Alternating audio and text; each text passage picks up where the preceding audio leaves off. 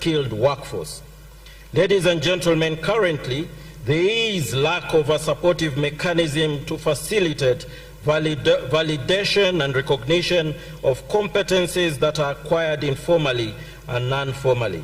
An estimated 92% of Kenyan youth have unrecognized competencies acquired through informal and non-formal means and are disadvantaged from competing favorably in the labor market due to lack of corresponding qualifications for the acquired competencies.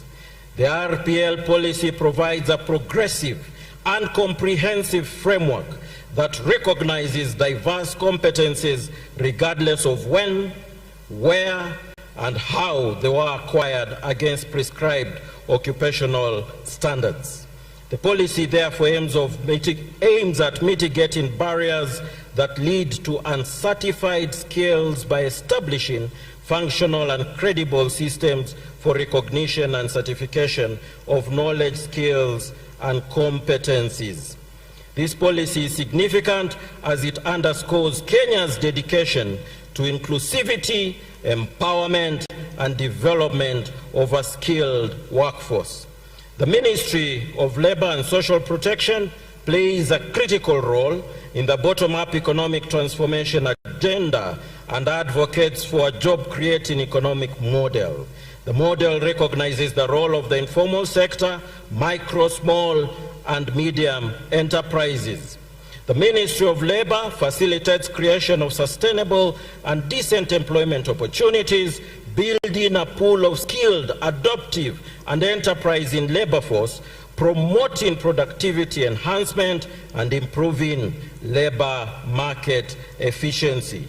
Skills development, Your Excellency, contributes to economic growth by enhancing employability.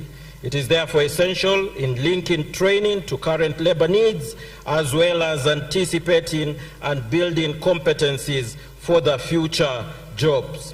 Ladies and gentlemen, the Ministry of Labour and Social Protection is responsible for ensuring adequate supply of relevant skills to industry. It achieves this function through the National Industrial Training Authority that has the mandate of regulating and facilitating industrial training, integrating labor market information into skills development, and assessing industrial training, testing occupational skills, and awarding certificates, including government trade test certificates.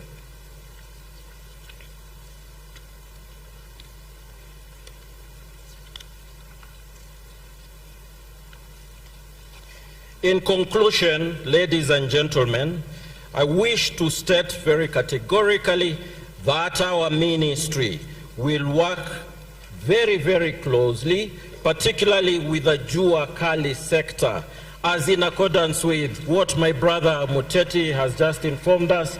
It is true in terms of the statistics given that you comprise 21 million of our workforce. Therefore, concentration yetu iwe wapi? Where should our focus be? It should be in the Jua Kali sector. I want to give our commitment as the Ministry of Labour, the ministry in charge of all matters concerning labor issues in this country, that we will do the very best that we can to support you. Thank you, ladies and gentlemen.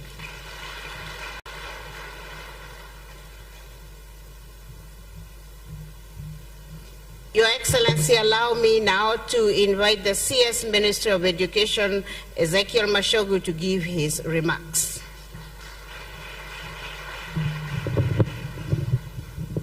Yeah, thank you, Madam CS. PS, Your Excellency, the Deputy President of the Republic of Kenya, Your Excellencies, the governors who are here, the principal secretaries present, and all senior officers, the chief executive officers of our parastatals and the chairpersons. Jua Kali mupo? Oye! Your Excellency, the Deputy President of the Republic of Kenya, this is a major milestone for this great country of ours, because, as we know, we have our Vision 2030, and the attainment of the objectives and the goals as set out in Vision 2030, Your Excellency, can never be achieved apart from these people here, the Juakari people who are the prime movers of the economy of our country. Well done, Juakari. Your Excellency, when you and His Excellency, the President of the Republic of Kenya, William Samoei Ruto, appointed me as the Cabinet Secretary of Education, one of the documents that I found in the office, which had been there for the last 4 years, was this particular policy. I had an opportunity with my team to go through this particular policy, and I said, yes, this is where the answer is, this is where the solution is to the kind of problems we have and the challenges as a country, particularly pertaining to our young people. And from there, Your Excellency, me and my team started working in cooperation with my sister, the CS Minister of Labor, to ensure that we got the necessary required approvals from the Cabinet in order to roll out this particular policy, Your Excellency. And I thank you so much, because when I presented this policy to the Cabinet Committee and finally to Cabinet, it was unanimous support, including from yourself and His Excellency, the President of the Republic of Kenya. Your Excellency, today marks a great day for the young people, the people with the necessary competencies and skills in this country, who opportunities are now going to open, not only in this country, but beyond. Because now, they are not only going to work here with the kind of certification they will get, but they will also get opportunities to work in other countries within the world. Your Excellency, indeed, it has been a remarkable journey, as we have over 800 pioneer graduates here today who have successfully undergone the inaugural recognition for prior learning assessment and certification. A total of 1,834 Your Excellency candidates had submitted application for assessment, and these first cohort managed to meet the requirements within the provided timelines. Among the 1,834 applicants, 65% were male and 35% were female, indicating an urgent need to encourage girls and women to apply for recognition for prior learning, because we know they had quite a number, and we have made the process of assessment flexible and easier, such that they don't have sometimes to go to any given institution, but the assessors will be able to go to where they are working, and it is only when we find probably there are a few gaps here and there, something which has to be done in order for them to be perfect, that they will be required probably for 1 week or 2 to go to an institution where they will be able to make those particular skills in a manner that is required. This, Your Excellency, is one of the magic bullets that will uplift millions of skilled Kenyans into high returns, productive economic activities, both locally and internationally. For instance, in 2019, a survey by the International Labour Organization indicates that over 83% of the workforce driving Kenya's economy are in the informal sector, with skills but no qualifications. Now we are happy that they will be able to get the necessary requisite qualifications. It is again this broad background that the Ministry of Education developed this comprehensive, recognized prior learning policy in order for us to appreciate and recognize the diverse competencies against prescribed standards, regardless of when, where, and how they were acquired. That's when we don't want to know, as long as you have the required competencies and skills. The individuals going through the RPL process acquire formal qualification that matches their knowledge and skills, thus improving their employability, mobility, lifelong learning, social inclusion, and the service team. And Your Excellency, I said, these particular qualifications will make it possible for us to have entrepreneurs from here, because now, rather than depending on other people as contractors, this will also enable them to be contractors. Some of them will gain subcontracts in what my friend Hinga is doing in housing, and I hope that Hinga, you will have so many of them to get into that category, so that we have entrepreneurs from this particular group. I'm also happy to know that additional instruments to aid implementation of the policy have also been developed.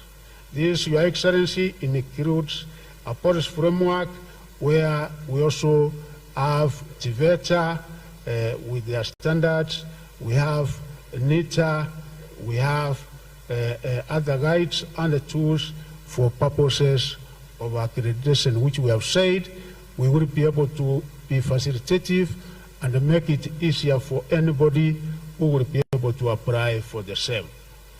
It is my trust that with this formalizational process, all the RPL actors will work collectively and provide additional opportunities for the RPL applicants, who include workers and the runners of all ages, unemployed people, refugees, immigrants, and other marginalized groups, to be able to uplift and enhance their skills in this. You heard the reason we are here, young people, and we appreciate you for dedicating your time to apprenticeship, and now you will be walking away with the fruits of your labor. Well done. Pongezi kubwa.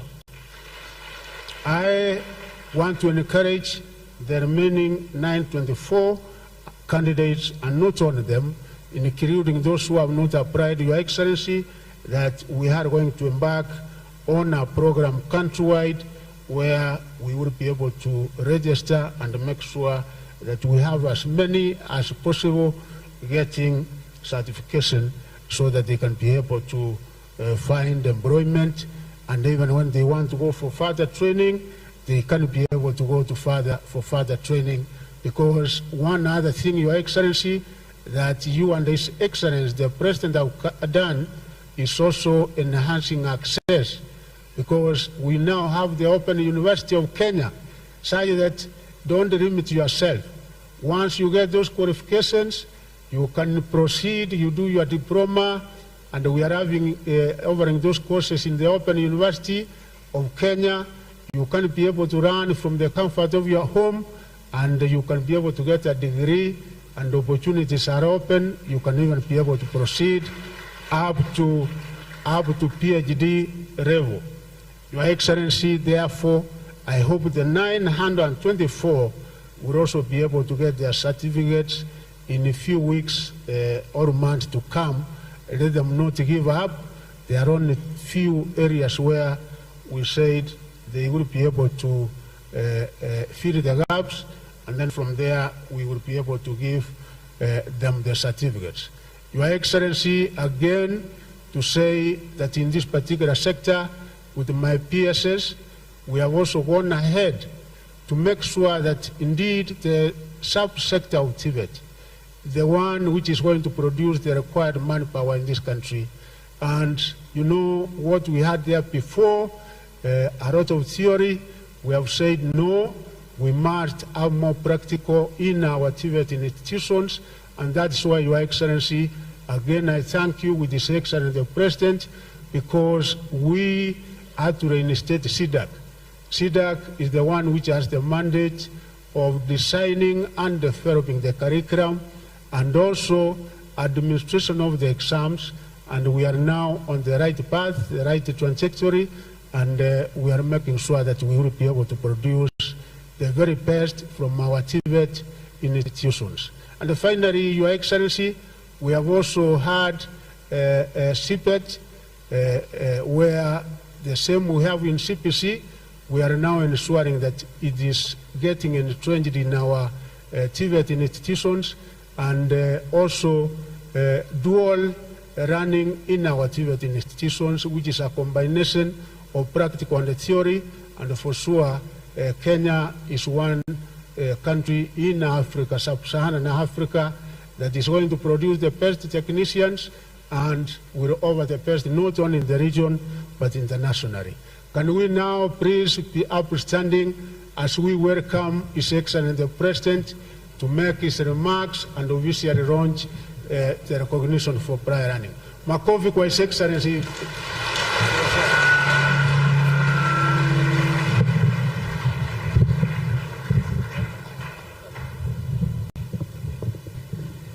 Thank you. Please be seated.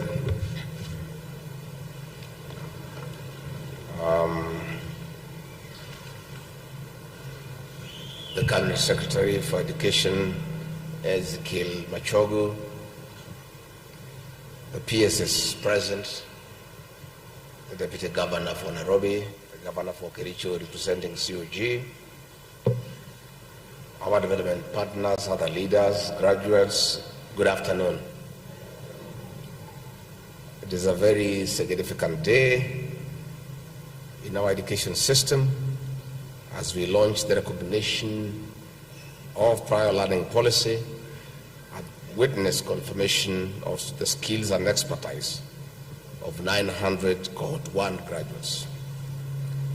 On behalf of our President, His Excellency Dr. William Ruto, I congratulate the cohort, the Ministry of Education, the other education sector stakeholders, including development partners, for making this a reality.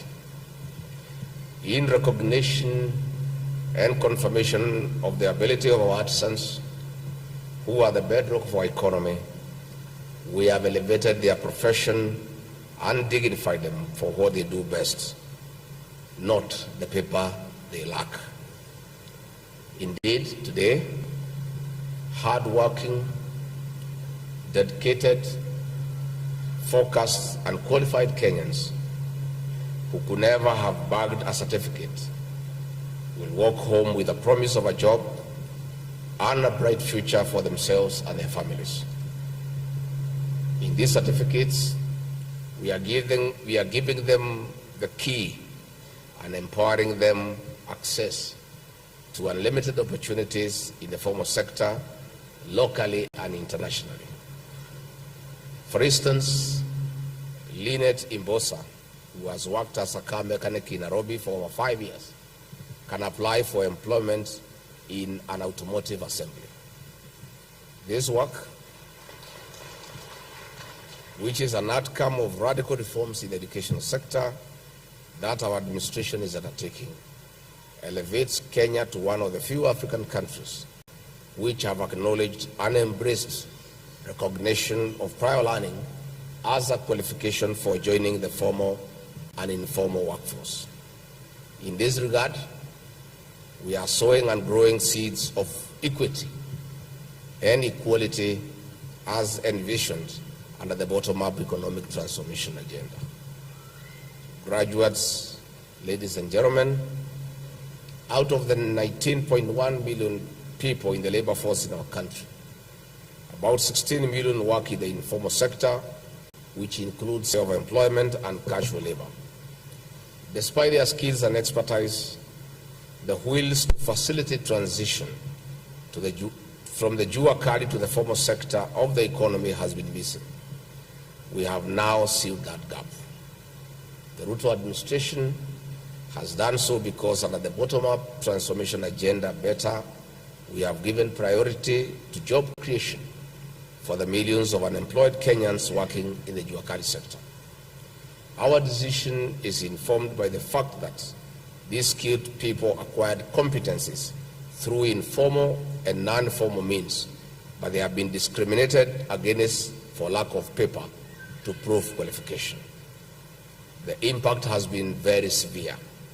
They cannot secure formal jobs, and if they do, they have limited the latitude to negotiate for higher pay equivalent to the service that they give. With the launch of the recognition of prior learning today, we have removed the barriers and opened the gate for consideration of knowledge, skills and expertise in employment. Henceforth, our skilled artisans will no longer use folders with pictures of their hard work to prove knowledge and skills. We are ensuring end-to-end linkages in connecting graduates with employment opportunities. Graduates, ladies and gentlemen, the recognition of prior learning will play a critical role in tapping the massive knowledge, skills, and competencies at the bottom of the Kenyan economy. Subsequently, ministries and state departments have been directed to implement a continuous system for information sharing with the State Department for TVET, which is responsible for recognition of prior learning for quick turnaround from accreditation to employment. We count on this group of experts to support the implementation of the Kenya Kwanza plan and, most important, our affordable housing program. In return, these great men and women will earn their livelihood. For example, job opportunities for skilled artisans are plenty in the affordable housing program, new markets, stadia construction, shipping and maritime, among other areas of transformation. This is in addition to the diaspora jobs which our president is negotiating with other countries. A comprehensive advertisement detailing the accreditation institution, location for affordable housing projects, new markets and locations for sports stadia has been availed. Additionally, the advert includes a link for all skilled artisan international jobs. This is through the National Employment Agency under the Ministry of Labor and Social Protection, as well as the shipping and maritime jobs under the Ministry of Mining, the Blue Economy and Maritime Affairs. Recognition of prior learning cannot fail. Recognition of prior learning will not fail. Recognition of prior learning is impactful. Graduates, ladies and gentlemen, this is a game changer as established by the Presidential Working Party on Educational Reforms, which submitted its report to the President in June last year. These education sector reforms have defined the intentions of Session Paper Number 1 of 2019 on reforming education, training, and research. The session paper emphasizes quality, relevance, inclusive education, and training for sustainable development. Graduates, ladies and gentlemen, as we make and mark this great leap, I would like to ask employers to also align job description requirements to accommodate the experts. Today we acknowledge that they are qualified as confirmed by relevant authorities. The Kenya National Qualifications Authority has demonstrated that expertise is not only gained from formal learning institutions. It actually complements our competence-based system, the CBC. Once more, hats off to the first graduates of recognition of prior learning, and congratulations, asanteni sana.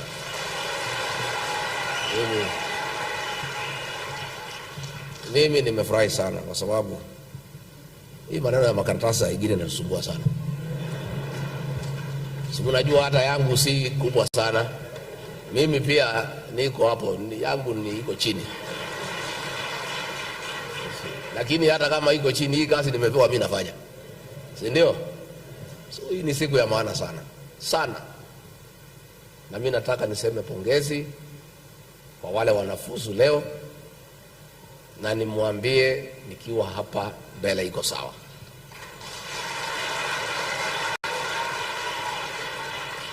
You are the drivers of our economy. Na sisi tunajua hata tukipeleka magari yetu kwa hizi kampuni kubwa, wanarudi jioni kutafuta watu ya jua kali kuja kuunganisha mawaya. Tunajua. Si hata hatujui. Hii maduka kubwa ya furniture, watu wamekaa pale wamevaa mzuri, ukiondoka ukishalipa deposit wanaita watu ya jua kali. Lakini wanawalipa kitu kidogo. Sasa nyinyi mmepata nafasi muko na makaratasi na muko na ujuzi, muko mbele kama mfuko ya shati. Wao wengine wako makaratasi, hakuna ujuzi. Sasa nyinyi muko na ujuzi na nini? Sasa nyinyi mungangane, fight for your space kwa biashara ile iko hii Kenya. Na usikae nyumbani, hakuna mtu atakutoa kwa bibi yako kuitia biashara. Wewe utatoka nje ungangane na wanaume wengine, si ndio? And you guys are great. I want to say this program, na mimi nimpongeze mkubwa wetu Rais William Ruto kwa kusukuma sana hii maneno ya recognition of prior learning. We know instances sisi wenyewe. Mimi pale kwangu unakuta mkubwa ya wapishi ako graduate, mshahara kubwa. Ile watu wako na ujuzi na hakuna makaratasi, mshahara kidogo, lakini ndio wenye kupika. Yule hao akimwambia wewe endelea, anakwama. That is the truth. And we are saying now, Public Service Commission and no employers, we must now align recognition of prior learning into our employment structure.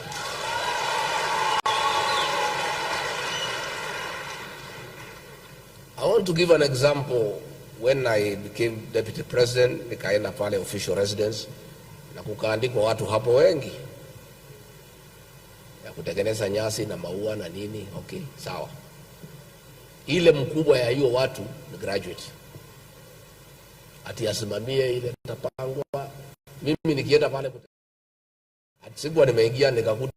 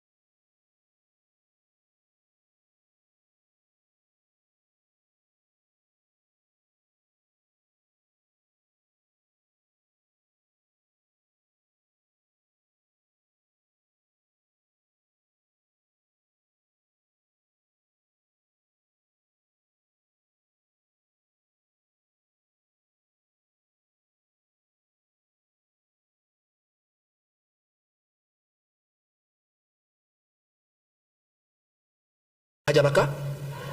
So nikamwambia huyu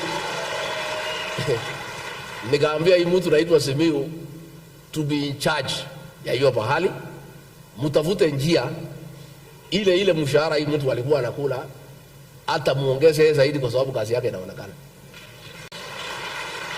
Today that Simiyu fellow, mtu ya chini ndio hapo, ukienda hapo inang'ara vizuri. We were denied the services of that young man because he has no papers.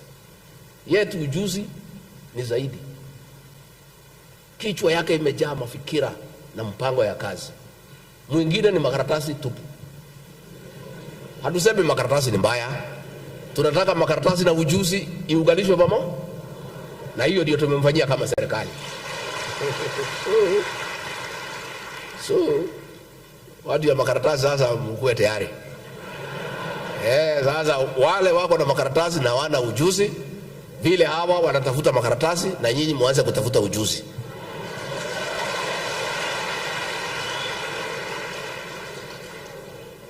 Mimi in my own small way, vitu yangu mimi nikifanya.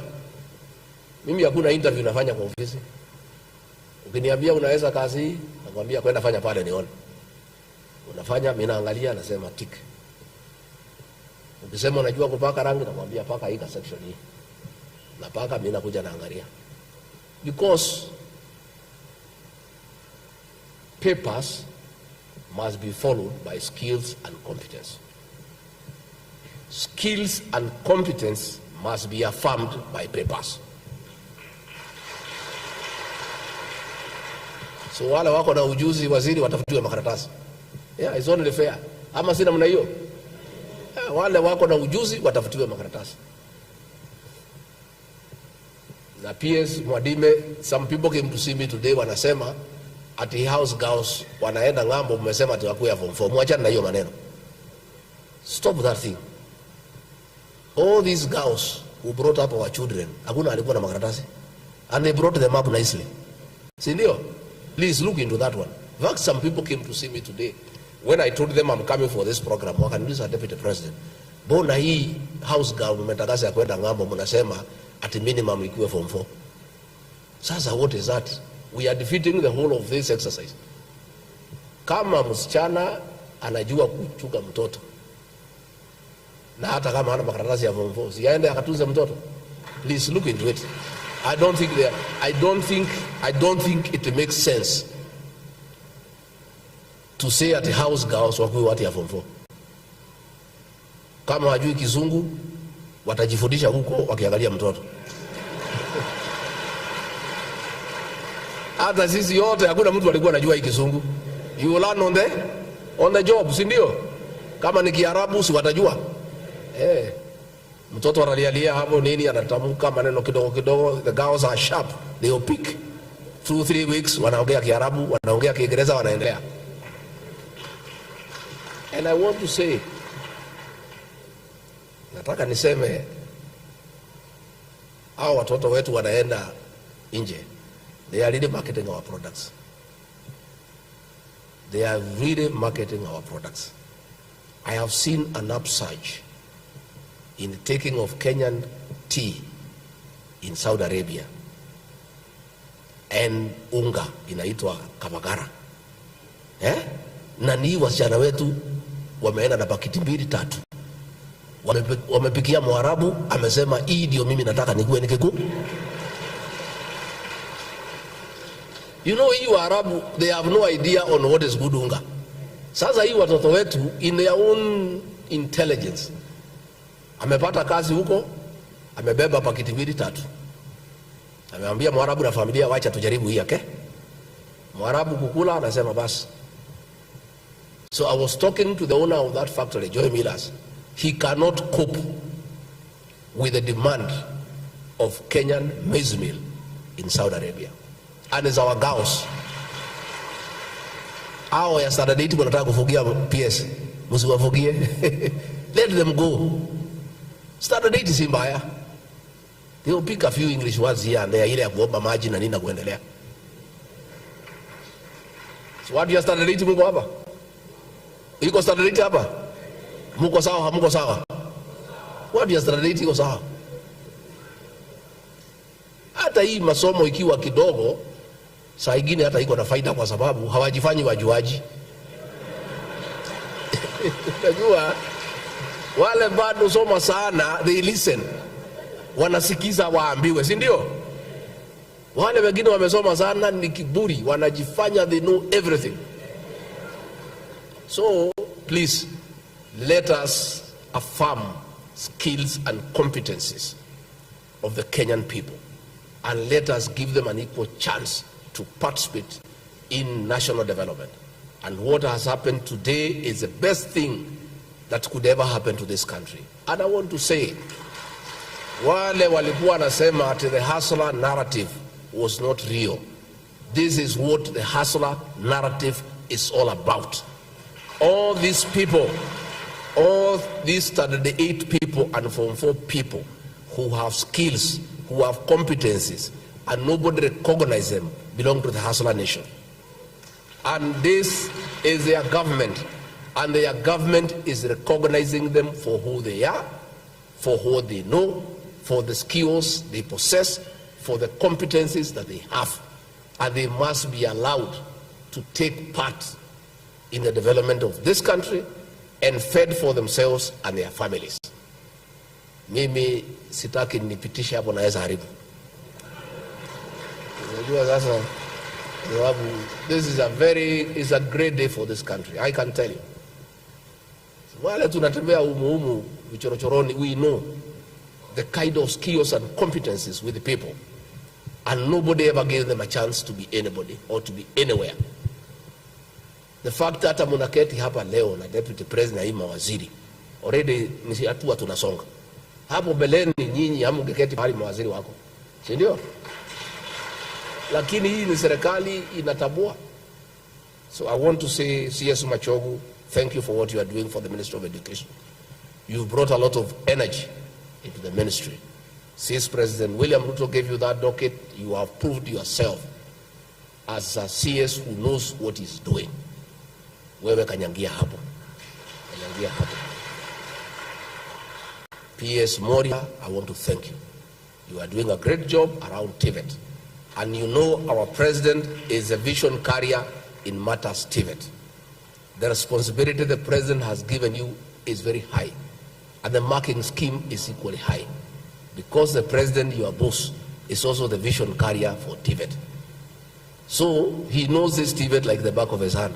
Sasa ujikakamue. Tayari you are doing well. Continue working hard. Sindio? PS Hinga, watu yako iko hapa sasa. Sasa usipojenga manyumba utasema nini? Pesa tumekupatia juzi. Tumepitisha sheria ya pesa. Shamba ya kujenga manyumba iko. Watu ya kukaa kwa manyumba iko. Wewe mwenyewe uko. Watu ya kujenga ni hawa. Utasema nini? Please. Just do your job. Fanya kazi yako. Si ndio? PS Madime, watu ya kupeleka ng'ambo wako hapa. Kwani hawa wakienda ng'ambo watajikuna? Si hata nyinyi mngetaka kutembea? Si mngetaka kutembea? Wako hapa. Wacha hii watu watembee. Kwani nyinyi pekee ndio mtatembea ng'ambo? Kwani hawa ni watoto ya nani? Si hawa pia ni watoto ya mama? This is your team, PS Mwadime, please. Yeah? Na msiweke hiyo maneno ya makaratasi sana. Hii makaratasi hii ni sawa. Hii Moria anafanya na watu, hii ya recognition of prior learning, these are enough papers. Mtu akiwa na hii aingie ndege aende ng'ambo ama meli. Asante sana. Mimi nimeshukuru sana. I'm a very happy person na hata rais nitamwambia atafurahi. We know now tukienda kulala iko wa Kenya pahali walijua mambo mingi walikuwa nazuiwa na hii makaratasi. Na hii makaratasi unajua ni wazungu walilete. Si ni wazungu walileta hii maneno ya makaratasi? Sasa wacha sisi tujipange kikenya. Tujipange kikenya. Aidhuru kama wanasema makaratasi sawa, wewe kama uko na ujuzi, kama makaratasi ndio shida, upewe makaratasi uendelee. Si ndio? Mimi unajua degree yangu ni 1. Wengine wote president ni 3. Hawa wengine 3, 2, mimi niko pale chini. Lakini pia waziri hata mimi mtengenezee ile recognition of prior learning. Because hata mimi nangangana. Hata sisi tunangangana. Mtu angalie ile tumefanya hata bila hiyo masomo mingi. Mungetaka niangaliwe pia? Nimetosha ama bado tosha? Hata mimi nitengenezwe hiyo makaratasi. Wasinisumbue ati nirudi university, mimi sina wakati saa hii. Wanitafutie makaratasi niendelee. Asanteni sana. May God bless you and bless you abundantly. Asanteni sana. Asante sana Mheshimiwa Naibu Rais. Basi tungekuomba kwa heshima kuu ili tuweze kuadhimisha hii siku vizuri, tuende kwa unveiling booth. Tutampata pia CS Education akiweza kuungana na Mheshimiwa Naibu Rais, katibu wetu wakuu na wanafunzi wawili ambao watakuwa wanajiunga naye Mheshimiwa Naibu Rais. Sherehe hii basi tutakuwa kabla kubonyeza kidude. We are going to have a countdown to 10 before we can press the button. Studio please, let's have the countdown as we prepare to unveil the recognition of prior learning policy framework, which is the RPL. Number 6, 5, 4, 3, 2, 1. Press the button, Your Excellency Deputy President, and let's unveil this RPL framework. Tusonge mbali kidogo ili tuweze kuona yaliyo ndani. The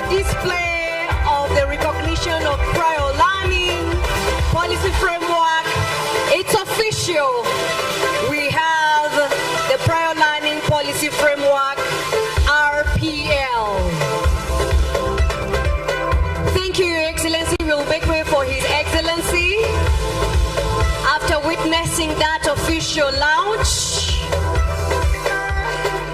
Thank you. Your Excellency will be proceeding now back to the stage, where will be handed the hard copies of the recognition of prior learning framework. You'll be joined on stage, Your Excellency, by the CS, PSS, and the governors for photo ops of this momentous occasion, holding that official document of the RPL policy. Let's have our CS, our PSS, our governors holding that. Led by Excellency Deputy President will be displaying that booklet that indeed assures the future of so many people who have prior skills, who are not recognized but now are recognized. Wana kamera, basi kama tumemaliza kuchukua hiyo. Thank you, Your Excellency Deputy President. Your Excellency Deputy President, we will now be taking our seats as we usher in the PS TVET for the presentation of the graduates. The principals of the various institutions should ready themselves to call out the categories of those to be awarded. Madam PS, take the floor.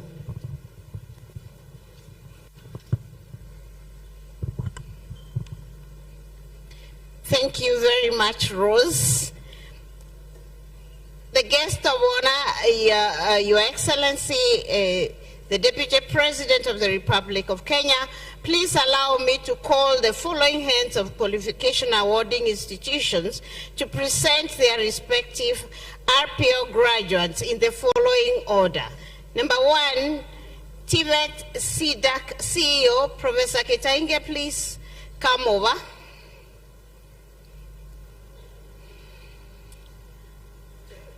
Kindly call up your candidates to be upstanding, and we will just call all of them at the same time, then we proceed.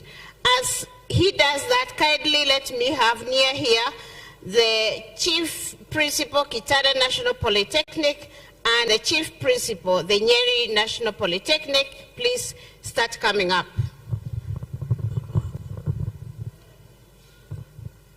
Your Excellency, Sir, Deputy President of the Republic of Kenya, the following 4 graduates satisfied the Board of Assessors of TVET CDAC for the award of partial qualification in their respective trade areas as follows. Welding and Fabrication Level 4, Manual Welding Arc and Gas Welding Arc Welding. Partial qualification in Welding and Fabrication Level 4, Oxy-Acetylene Gas Welding and Gas Tungsten Arc Welding. Partial qualification in Automotive Technology Level 4, 2 candidates. Please remain standing until you are awarded your qualifications by the chief guest.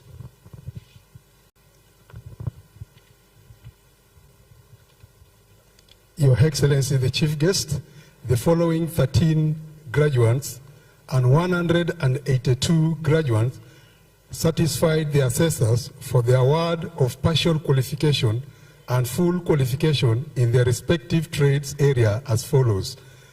Partial qualification, Electrical Installation Level 4. Can you stand up, please?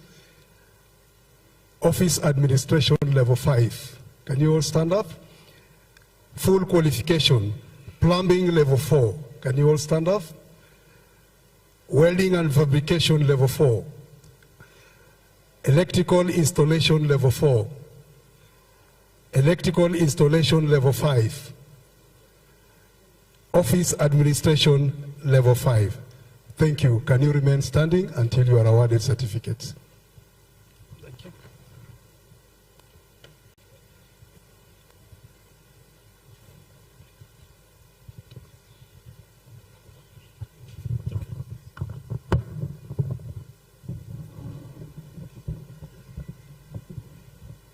So our guest of honor, sir, please allow me to present the following 132 graduates who have satisfied all the requirements for the award of full qualification in National Diploma Level 6, Artisan Certificate Level 5, Level 4,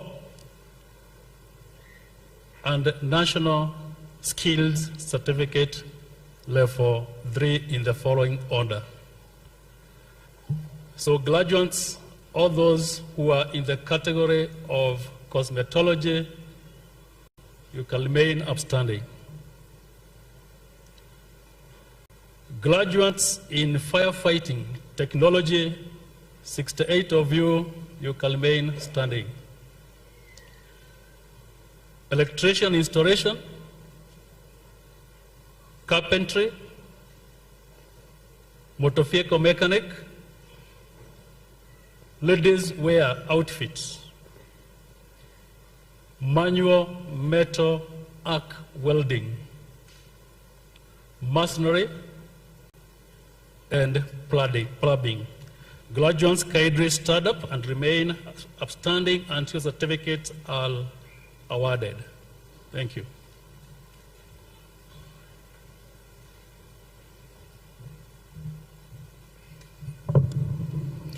Your Excellency, may I call upon you and the CS Mashogu to come to the front and award the certificates.